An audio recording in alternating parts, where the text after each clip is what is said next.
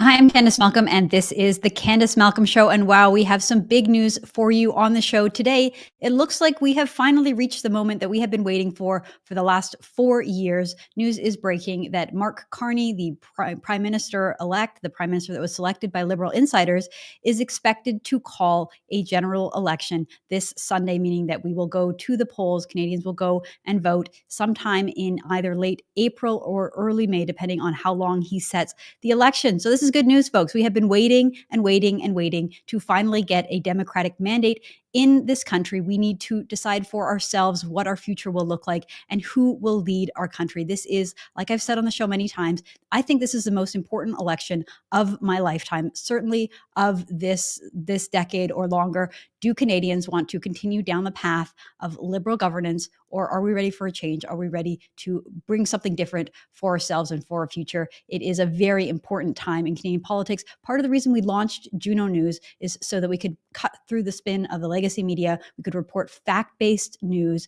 and hard-hitting opinion. So I'm going to encourage everyone to head on over to Juno News and subscribe. $10 a month or $100 a year. You get access to all of our library, all of our catalog of news and podcasts. And we've also introduced Juno Polls. We have our own exclusive in-house pollster who will go out into the field by themselves independently and report on what Canadians are thinking, what the mood of the country is at the moment. We posted an interview that I did last night about the collapse of the NDP. This is the real story, folks, of the election so far. I know a lot of people are talking about how Pierre Poilievre has lost support and that the Liberals are capitalizing on that. When you look at the polls, the story is that the NDP has completely collapsed. And as we all know, Conservatives rely on a bit of a splitting of the vote between Liberals and between Liberals and NDP in order to get through. And that is just not happening because the Liberals are picking up all of that NDP vote.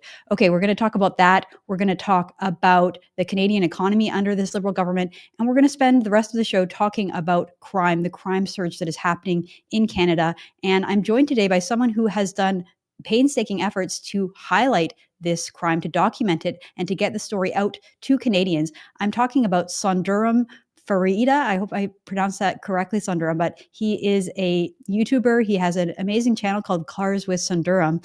And like I said, he has been reporting crime like no one else in the country. So it's great to have you on the show, Sonduren. Thank you. Thanks for having me, Candice. I'm sorry if I butchered your last name. I tried. That's okay. Sonduren Fanarredha. Yeah, Cars with Sonduren, but happy to be on the show. Lots of exciting news to talk about today. Yeah, so let's get right to it. The CBC is reporting that there will be a snap election called on Sunday. So it will be the Prime Minister himself, Mark Carney, going ahead and announcing that there will be an election. Here is a clip of how the news is being reported on CBC. Mark Carney will dissolve Parliament and call an election this Sunday. That's March the 23rd. The election day, our sources are saying it varies, April 28th or the May the 5th, that a final decision has not yet been made. But this is from sources confirmed to CBC News and Radio-Canada. So interesting, because for so long we have been urging the NDP to break up the deal. They've been propping up the Liberals for the last 4 years, and we've been calling on NDP leader Jagmeet Singh to do the right thing and allow Canadians to have a vote. Interesting that Mark Carney has sort of bypassed the NDP, had no interest in forming any kind of an alliance with him, and he's going to go trigger the election himself, which obviously means he's confident under him. He obviously knows that right now is perhaps his best opportunity. The Canadians don't know him very well. They might be willing to give him a chance. They haven't really been scrutinized. He hasn't really been properly vetted by the legacy media. They seem to have no interest in asking him tough questions or digging into his past or trying to find out what he believes about certain things about the world. And so on his own terms, he's calling the election. What do you make of all of this? Well, number one, I'm really happy that we're finally at this stage where there's an election going to be called. I think the latest survey was 72% of Canadians wanted an election. So thankfully, the election's coming. Democracy is going to be able to run its course. Look what has happened with the cabinet of Trudeau, right? How many people resigned, at least in my riding in Oakville East, for example, Anita Anand resigned when the polling looked bad. Then literally 2 weeks later, I think it was 2 or 3 weeks later, she came back and said, no, I had a change of mind when the polls changed. So, the polling, and I'm glad to hear that you are also doing independent polling. I think the change in the polling, what's happened, obviously, what's going on with the tariff wars with Trump, the people losing, the NDP losing their vote over to the Liberal Party. So they're taking this opportunity. They see it as a time to go ahead and capitalize on that momentum that they have. But again, I think what's really going on again is like that shift of the numbers is really a collapse of the NDP. But I still think, like, in the people that I speak to every day, and again, I reach for Canadians from coast to coast like you know, they're still stuck on like understanding, look, what's happened over the last 9 years. None of that has changed. The cabinet that Mark Carney has is primarily everybody within Justin Trudeau's cabinet. Exactly. We've reported on that. I think it's 90 some percent the same. So it's the same people. It's Stephen Guilbeault, Chrystia Freeland, Dominic LeBlanc. It's the same people. And you mentioned, Nan, we talked about that on the show too. Like, I mean, these people, it's hilarious. She thought that she was abandoning, jumping off a sinking ship with Justin Trudeau. And then all of a sudden, Mark Carney comes around like a knight in shining armor and she jumps right back on. So obviously they wouldn't be calling an election today or on Sunday if they didn't believe that they could win. And the polls are perhaps showing them. Now, I reject the polls that I've seen that say that the Liberals kind of are a shoo-in and that they're going to get a majority. I don't think that is correct. I still have faith that the Canadian electorate will make the right decision. But the election itself is going to be so important. Like what questions are asked, how they treat the candidates, how Pierre Poilievre and the Conservatives get their own message out, what kind of questions are put to Mark Carney. One of the interesting things I've noticed, also news breaking right now, is that former journalist Evan Solomon has announced, or is expecting to announce, that he will be running for the Liberals. So he will be running with a Liberal MP. And this is sort of a source of frustration for me, Sonduren, because so many of these journalists who operate in Ottawa, part of the Parliamentary Press Gallery, it's a clique of insiders over there. They're all partisan Liberals. I know that.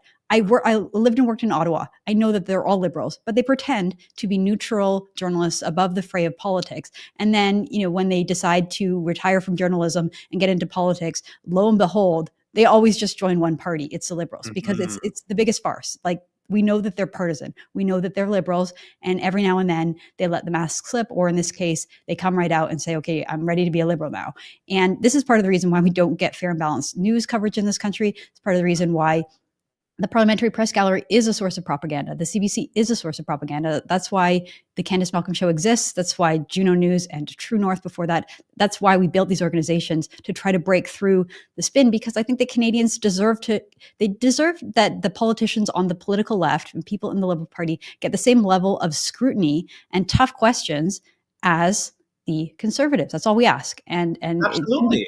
And as people, like, in every day, your jobs, like, everyone's accountable to your boss, to you work at a public company, you're accountable to hitting your numbers, to being accountable on the delivery that you're going to have. We need to hold our leaders accountable. And I'm glad you mentioned that part about CBC News. And look, I wanted to also not believe that this was the case, that the news agencies were there to be behind Canadians, to inform us. And the story, when they came to me and interviewed me about what's going on with the crime, and I know we're going to talk about that later, and then they canned the interview, really, really just distraught me in a lot of different ways, Candice. Like, it really made me think that we have a serious, real issue here in Canada, where the truth and the facts can't be held to account and people can't be held accountable. And that's why we've gotten into this situation that we are in today. I'm really happy that this election is coming. And the one question I think really summarizes how most Canadians should think about it is, ask yourself, what has improved over the last 10 years? Think about that for a second. What has improved over the last 10 years? And a lot of people will just blank stare at you for a long time and think about it and not be able to give you an answer.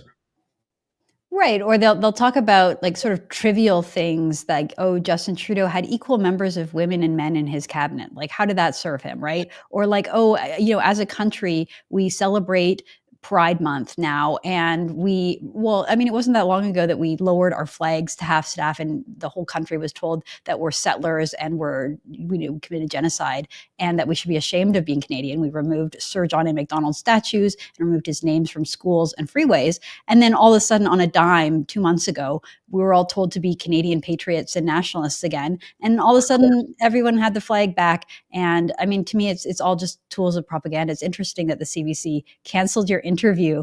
What did they tell you? Why did they? Or sorry, the interview. I followed up 3 times. I didn't get a response. And all these things that you're talking about too. I go back. I was talking to my wife about this. It's Maslow's hierarchy of needs. What are the main issues that matter to people, Canadians?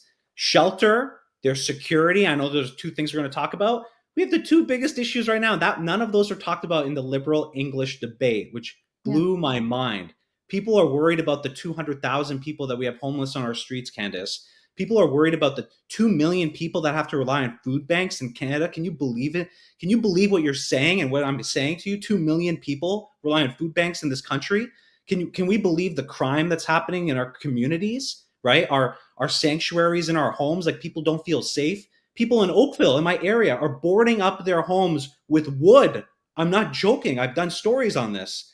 It blows my mind. I question how are the news media not focused on the issues that actually matter. Yes, there's those other issues there, but let's focus on like the foundation. You build a house, you focus on a strong foundation. You build a country, it must be on a strong foundation, and that foundation's crumbling around us.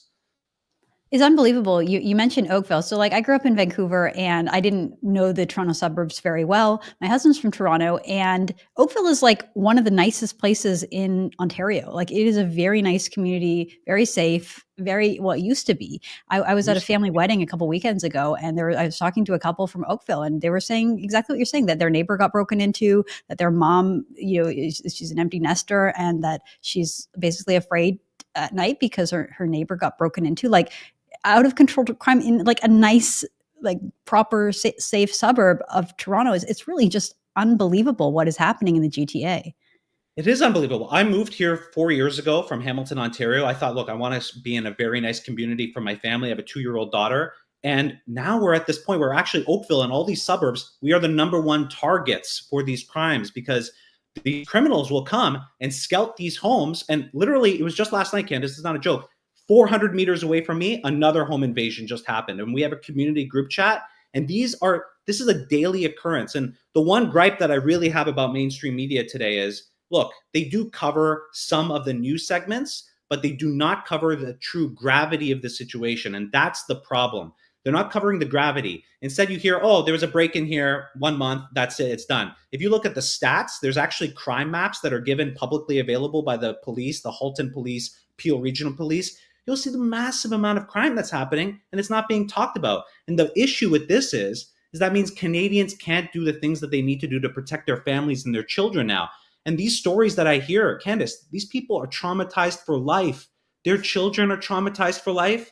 It's so painful. I was speaking to a poor woman. She was pregnant 6 months. Home invasion happened the second time within a year. She lost her baby 2 weeks later because of the stress. Like, these stories are impacting Canadians, and I hear from these stories from coast to coast from Canadians, and it's something that changes your life. You wouldn't wish it to your worst enemies. I promise you that. No, it's true. I mean, my husband travels for work, and sometimes like you're trying to fall asleep. I've got 4 little kids in the house, and you think like what is the scariest thing imaginable? It is like literally an armed man getting into your house in the middle of the night. And then I watch your TikToks and you on Instagram, and it's like, this is literally happening in our community and in our area. It is so terrifying, and it's so un-Canadian to me. We're going to get into some more of these crime stories in a minute, but I want to start by talking about the Canadian economy, because you were talking about the hierarchy of needs here, and obviously like shelter and safety are number one, but like having an opportunity to start a business, to get a good job, to provide for your family, that is like the key, most important thing in a country, in a society. I don't think it's the government's job to give people jobs and to give them opportunities, but clearly they have to get out of the way, and that is the problem that the Liberals have not done. So Canadian economist Trevor Thome shared this chart showing that Canada ranked second lowest in GDP per capita across the OECD developed countries. So you can see at the very, very, very bottom of that chart, the little red line there, that is Canada, with just completely anemic growth, basically just nothing, right? And we can go through some of these other graphs here. Canada's growth based on GDP per capita is even worse. We are the absolute worst. This is over the last 10 years. I think we have this graph here showing, this is a different one, but this is showing the performance. Canada's economy is on track to be the worst performing advanced economy in the entire world. We are at the very end there. Regardless of like what you're looking at, Canada's GDP crumbling despite massive government spending. Here's another graph here that shows the just government spending. So spending is basically the only thing that's boosting our GDP these days, is just growth in government, essentially. And then we have this other graph showing the gap between the public sector and the private sector. And you can basically just see that like since 2020, since the pandemic, Canadians, self-employed Canadians just basically are less and less existent, and private sector growth hasn't been anywhere near public sector. This is a record of the Trudeau Liberals, and I don't really see much difference from Mark Carney. What do you think? Yeah, look, this is actually a multifaceted issue that's tied to the crime. So let's think about how you build a really strong economy. You have to invest in innovation. And so for your viewers that don't understand, GDP per capita means really how well off do you feel? And so our growth, while minimal, means the rest of the world's getting richer, and in comparison, we're getting poorer. So what's that mean? Our quality of life has been decreasing significantly over the last 10 years. And I think a lot of people feel that. They feel that quality of life decrease. They feel the cost of living increasing while this is happening. They feel wages stagnating. And so what this Liberal government has done, in order to boost some metrics like gross GDP, what they've done is, one, you mentioned that stat, public sector workers increasing significantly, one. Two, the large amount of immigration that we've brought into this country on a per capita basis makes us worse off, but on a gross basis makes it look like we're improving because you're adding more people, more consumers into the economy. But then this comes up to, wait, we have all these people coming into the economy. There's no jobs to support them.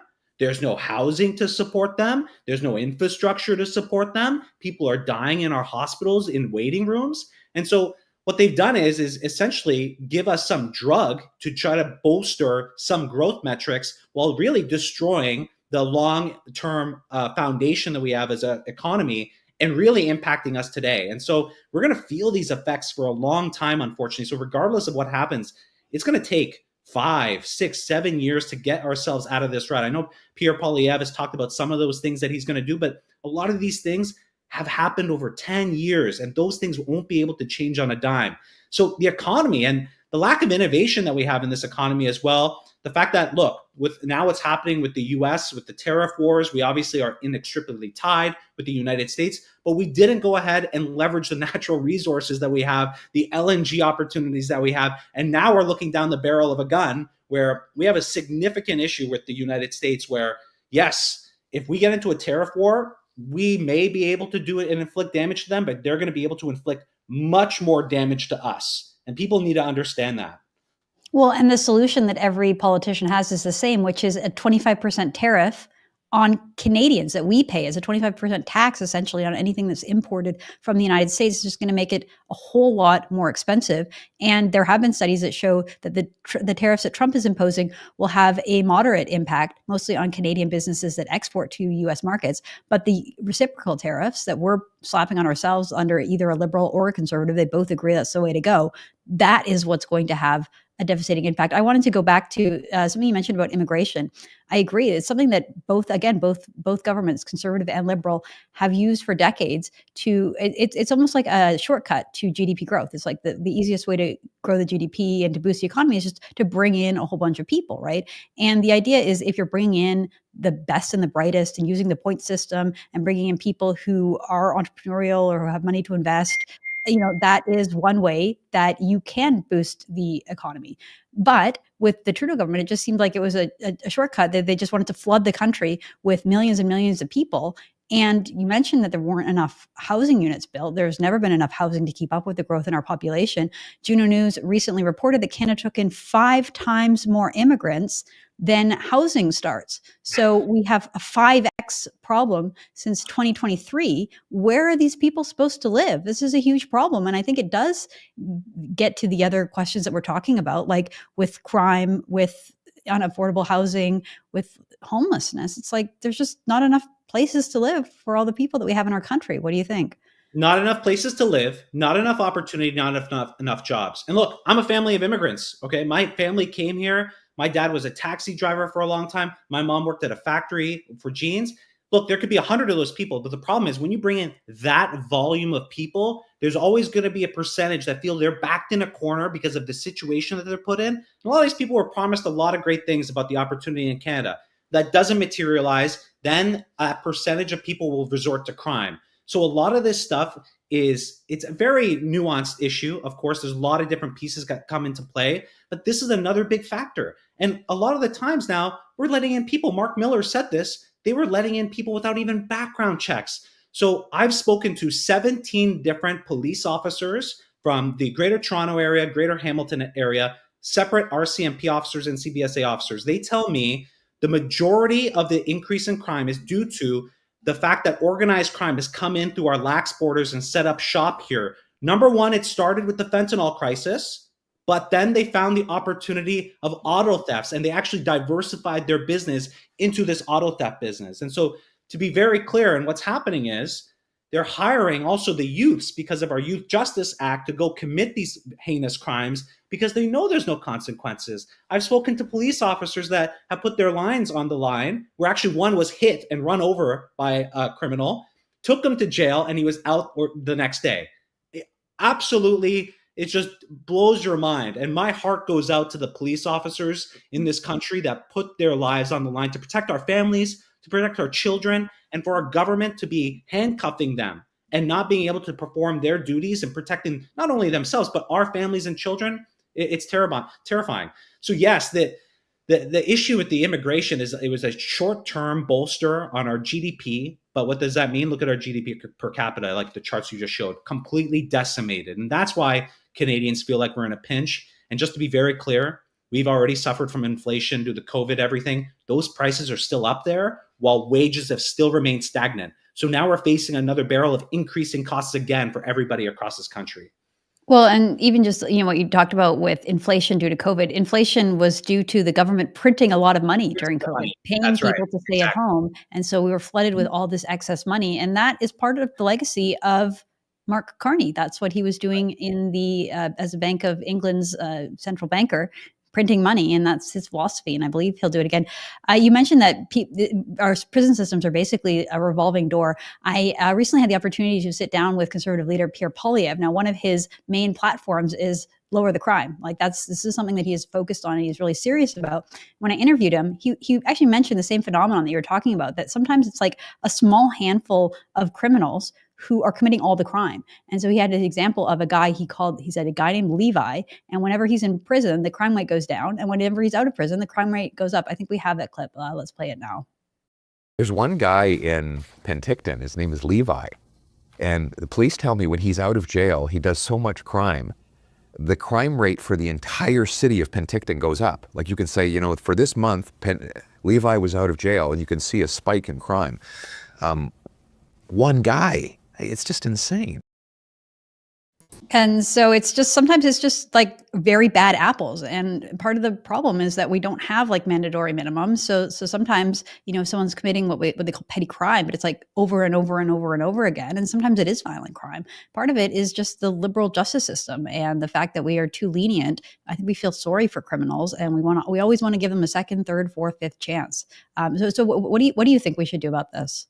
Yeah, look, if this ever happened to you, trust me, you wouldn't feel sorry for criminals. These horrific home invasions where they're pointing a gun to your child, you wouldn't wish on your worst enemy. This is truly one of the most heinous acts anybody could do. I believe you need to have strict punishment for this. I don't know why we're playing a game when it comes to the safety of our children and our communities. We should be putting laws in place that straight up deter people from doing this. Because right now, Candice, what's happening, and one of the crime leaders reached out. I made a video about this. They reached out to me and said, Sonduren, I was doing this for a while. I had a team of 6 people. We kept doing this. It was a joke. When people get caught, we would laugh. We get released back out. It was so easy. I felt bad at some point, Sonduren. I'm going to stop doing this now. I wanted to tell you how easy it was. They told me this because the profit that they get from each one of the vehicles that they sell, that they go steal, they'll typically get between $15,000 to $20,000, depending on the vehicle, right? The consequences are next to nothing. So he told me from their perspective, it's like there's so much payout here for next to no consequences. Of course, people are going to do it if they're put in that position where, that small percentage I talked about will resort to crime. It's a no-brainer for them. So that's why this is happening, Candice. Well, okay, so let's just show folks what we're talking about. You posted this video of an armed robber walking down the street in Toronto, waiting to carjack someone, and it was all caught on tape. Let's show this clip. He's armed with a weapon. He's trying to steal these cars. Look at this. There's a lineup of cars. One of my followers was recording this from his balcony. He sent me this video. This is crazy. Watch what this car does. Now look at him. He's going to take action. He's going to try to steal the vehicle from behind. This is crazy. Look at this poor guy who just gets ripped out of his vehicle, and now there's criminals driving away with this car. And again, this is like worst nightmare. I mean, imagine if it's a mom driving with her kids in car seats in the back. Like, this is so scary. And the police were warning about this. So January 21st, 2025, police report a warn of rising staged collision carjackings in the GTA. So what these guys do is they'll cause a fender bender. They'll rear end someone, or just like a minor incident. The driver gets out to see the damage, and then someone comes out of nowhere, jumps in their car, and drives away. And it's happening all over the place. Like, we were talking about how it happened in Oakville, which is an upscale suburb. It's also happening in Richmond Hill and Vaughan and other really nice neighborhoods where they target people driving Range Rovers and Mercedes and BMWs. And I mean, it's really unbelievable. I applaud you for getting this stuff out there, and these videos that you are able to get and share are remarkable, but it's just terrifying that this is happening in Canada. It really is terrifying, Candice. And, the videos that I post as well, only so many could be posted on social media because some of them are so violent. So what I'm trying to do is make sure Canadians are aware, because I don't want this to happen to any Canadian. And here's the important thing that every viewer needs to understand. People send me these videos. Why? I was just doing cars. I wasn't covering crime. People started sending me these videos because the mainstream media would not give them the attention that they needed. They came to these videos, said, look, mainstream media is not covering this. Can you please share my story? And these families want to share it, even though it's going to be shared a million times and they're going to repeat the damage to themselves mentally. They do it because they don't want anybody else to ever go through this. It is so traumatic. So that's why a lot of them share the videos with me, so that we could make change happen in this country. For the security of your family and children is the most important thing for all of us. Candice, I know you have a son. I have a daughter. It is the most important thing, is the safety of our family. We should not be messing around with this. We have to put proper laws in place. We have to treat criminals like criminals. We have to fix a bunch of the nuances around our immigration system or economy from even that small percentage of people to make that decision to do something like this so heinous. We should deter that as much as possible. But we need to make it clear to anybody, violent crime like this cannot go unpunished. But right now it is. It's going unpunished.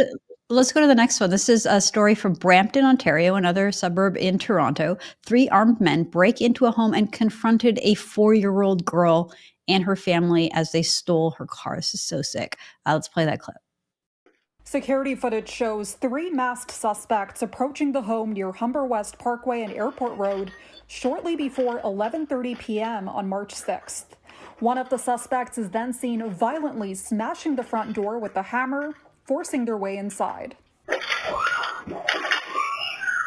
The homeowner, who did not want to be identified, tells City News he was asleep until the screams of his 4-year-old daughter abruptly woke him up. It's just so sick. And so you were saying that the reason they do this kind of stuff is because there's no punishment? I don't understand. Like, if the police find these people, why aren't they in jail? Because, there's no punishment. So Bill C-75, essentially what it's guiding the justice system to do is to release these offenders back out onto the streets. One of the reasons when I speak to some people from the liberal camp saying that we don't have enough jails, or jails are over capacity 130%, I don't think that's an excuse. If our jails are over capacity, we need to go find a solution to that. We cannot be releasing these violent criminals back on the street. We are spending money on a whole bunch of different things, Candice. We can spend money to either get jails or to figure out a plan with other countries on how to put these criminals behind bars, because we can't have this. This is a 4-year-old girl. Those are her screams. People need to understand this can happen to you, and it's happening every single day. Every day this is happening. It just happened in my neighborhood literally yesterday. I mean, 400 meters. I'm sorry to say this, but if you are in Canada as an immigrant, you have a temporary visa or even a permanent residency, and you commit a heinous crime like this, like, you need to be deported. I don't even think that should be a controversial statement. They need to go. Yeah, it's not a controversial statement. Candice, if you go to another country, let's say you go to Spain and you do this, your expectation is I'm going to be in jail. Like, I don't know what bad things could happen to me. That's common sense, right? Mm-hmm. Exactly. Okay, let's go to the next one. This is 5 armed men were caught on video breaking into someone's home in Hamilton, Ontario to steal their Jeep and their Corvette. Let's play that clip. These 5 armed men come with guns and hammers to break into this family home at 2 a.m. This is in Winona near Hamilton, Ontario. Look at this madness. Look how many of them there are. 5 of these men coming armed This family is an absolute terror after this, and all to steal their vehicles that are parked outside. So, I mean, honestly, amazing that you get this footage and you put it out there. I wish that every Canadian would, I mean, every Canadian should subscribe to your channels, should subscribe to you on social media, should watch these videos, share them with people, and raise it with your elected official, with your MP, with your mayor, with your MPP, whoever. We need to, like, Canadians need to take action and get serious about this. Like, this is so unacceptable, so un-Canadian. This is not the Canada that I grew up in. It's really shocking and terrifying. It really, like, the Canada, I think even a lot of immigrants that come here, Canada, think the Canada of you leave your door open in your neighborhood. It is completely flipped on its head. People are putting gates, metal gates on their front doors and back doors now. This is not a joke. In suburbs like Oakville that were considered the nice suburbs to live in for a family, this is not the case anymore. So we need Well, change. And it's one of those things that it's a foundational thing. We need to get proper housing for our people. We need to make sure people feel safe in their homes. Those are two core foundations that we cannot let up on. Well, and the statistics really back it up. You were highlighting this Fraser Institute report that came out on Tuesday, which says that Toronto and Vancouver now have higher rates of property crime than New York City or Los Angeles. So the Fraser Institute writes, the rate of property crimes per person in Vancouver is 60% higher than Los Angeles. Kelowna has the highest property crime rate of any large urban area in the entire Pacific region. I'm sorry, like, I think of cities like Portland and Seattle and Los Angeles as well, and San Francisco, Oakland. Like, these are not safe cities. You always think of Canada as being superior and safer and calmer and more relaxed, and yet the statistics, it's switched, it's flipped, that it's actually safer to live in Portland, Oregon, or Oakland, or San Francisco, or Los Angeles than to live in Kelowna. I mean, oh my goodness, this is so unbelievable. I can't even express how, like, upsetting it is as a Canadian to grow up thinking, like, you said we didn't lock our doors growing up. Like, we lived in safe communities. You could walk around at night and you were going to be fine. And it's just, like, not the case anymore. It's so sad. It's so scary. What do you say about all this? Honestly, I've been covering this, Candice, for 2 years. Like, honestly, I'm posting videos every week of these stories. It still leaves me speechless. Yeah, I'm speechless. I cannot believe that this has become the Canada that I was born and raised in. I actually cannot believe it. And by the way, I wasn't born and raised in like a nice little neighborhood. I was kind of born and raised Stony Creek, Hamilton. We were living in shelters in the beginning. My family from immigrants, right? It was way better back then than where I'm living in Oakville today. I can't believe I'm saying this, but this is the truth. And more studies that have shown this. So property crime per 100,000 population, Canada versus the United States.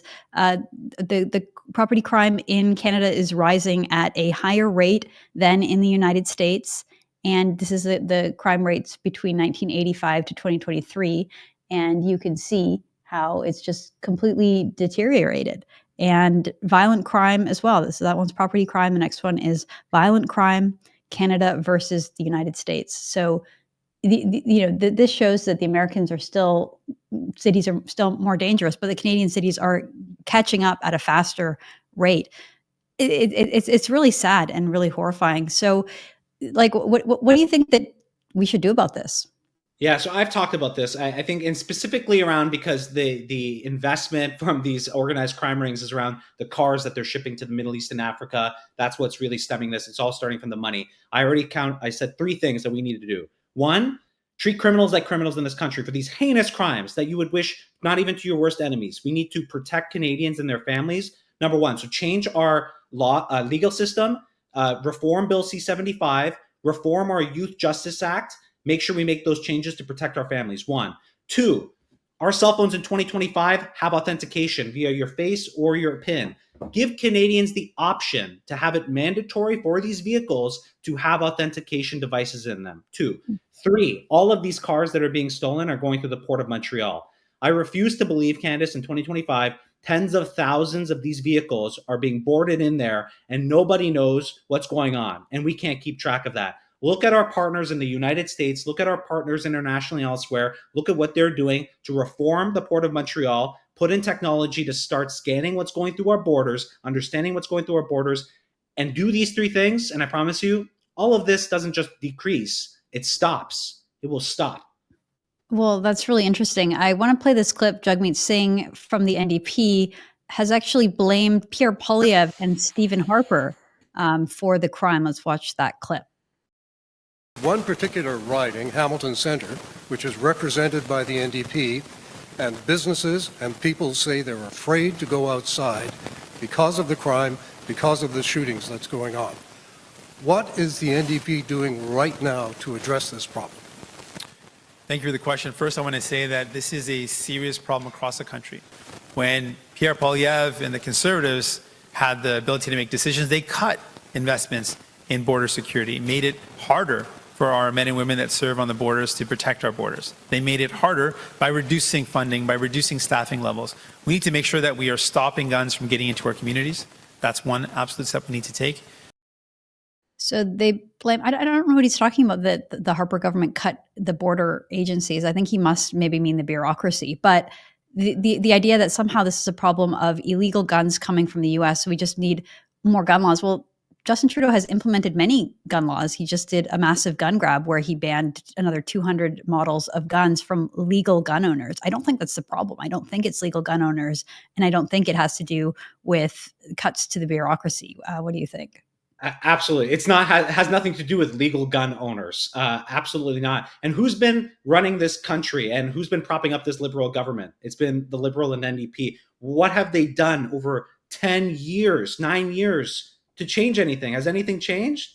No. And so that's why I think at the end of the day, thankfully, this election's coming. The question to ask yourself and everybody that you know is, what has improved in your life in 10 years? And I think you're going to get a lot of stoned faces, and then you're going to know what decision you need to make. Well, absolutely. I hope that this is a major issue in the election. It needs to be, because we're talking about our country and our security. And I don't think that it's just a problem of immigration. It's interesting because the people who are committing the crimes kind of seem to be of all groups. Like I'm always interested whenever they catch a group, oh, these 5 people were arrested for the carjacking rings. And it's almost like there's different types of people every time. Like it's a lot of different people from a lot of different countries and backgrounds, including sometimes Canadians. But there's just so many compounding issues on top of each other. And I think that you did a really good job explaining it, highlighting, and I really appreciate you coming on the show, and also just all your work on social media of showing these heinous clips and letting Canadians know what is happening in our communities. It's really important. Appreciate you doing that work for us. Thank you very much for having me, Candice. All right. Thank you so much, Sonduren. Okay, folks. Well, before we wrap up the show, I just want to take a moment to recognize my producer, Sean. Sean is turning 25 years old today. What a nice holiday. What a nice time, being 25. I was trying to think of what I was doing when I was 25. Not working as hard as Sean. Sean, I'm going to just embarrass you right now. Why don't you turn your camera on and join me here? Sean is turning 25. He's taking the evening off to go to see Sean. Come on, Sean, turn your camera on. Come join me. I want to embarrass you for your birthday here, pal. There we go. No, not turning on your camera. All right. Well, happy birthday, Sean. I hope you have an awesome, awesome birthday. Wishing you the very best from all the audience and everyone here. Sorry, can you hear me? Yeah, we can hear you. Okay, yeah, I did not expect this at all, and I really apologize for the fact that my camera is not on. I feel like I've really dropped the ball on this segment here. If I had been given a little more of a notice, I would have been sure to come on looking all nice and pretty and ready to I guess be a part of this moment. But thank you so much, Candice. I'm truly surprised, and I really appreciate you giving me the spotlight for this moment here. And I again apologize that you can't see me, but my appreciation knows no bounds. So thank you very much. Well, no problem. I know. So to the audience, Sean used to be the producer for the Andrew Lawton Show. And then when Andrew Lawton went on and joined politics, I recruited Sean and got him on my team. I know occasionally you'd go on the show with Andrew, and sometimes he'd have you on as a guest. So we'll have to do that, continue that tradition here now that you're working on my show, Sean. But you do a great job for the show. We really appreciate all the work you do behind the scenes, pulling up the clips, getting everything ready, booking the guests. I mean, you do really tremendous work, and you don't always get recognized for it. So I hope you have a great birthday, buddy, and keep up the great work. Thank you so much, Candice. All right. Well, we'll leave it at that. Thanks so much, folks, for tuning in. I'm Candice Malcolm. This is the Candice Malcolm Show. We'll be back again with all the news tomorrow. Thank you, and God bless.